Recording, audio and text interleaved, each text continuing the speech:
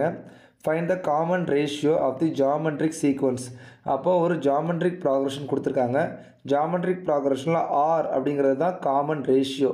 It is nothing but second term difference by first term. Arithmetic ப்ராக்ரஷனில் தான் common difference D சொல்லுவாங்க. அது வந்து செகண்ட் டேர்ம் மைனஸ் ஃபஸ்ட் டேர்ம்னு சொல்லுவாங்க. இது காமன் ரேஷியோங்கிறனால second term divide by first term. இதில் செகண்ட் டேர்ம் என்னது 0.015, ஃபஸ்ட் டேர்ம் என்னது 0.15. ஸோ இது இப்படியே வச்சு பண்ணால் மேபி கன்ஃபியூஷன் வரலாம். ஸோ மேலே ஒரு 1000 பெருக்கிக்கிறேன்.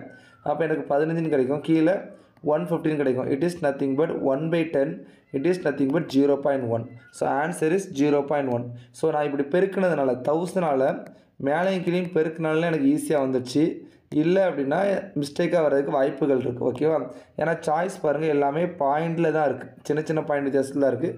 ஸோ நம்ம தவறு பண்ணிடக்கூடாது. ஓகேவா? So answer 0.1 option A.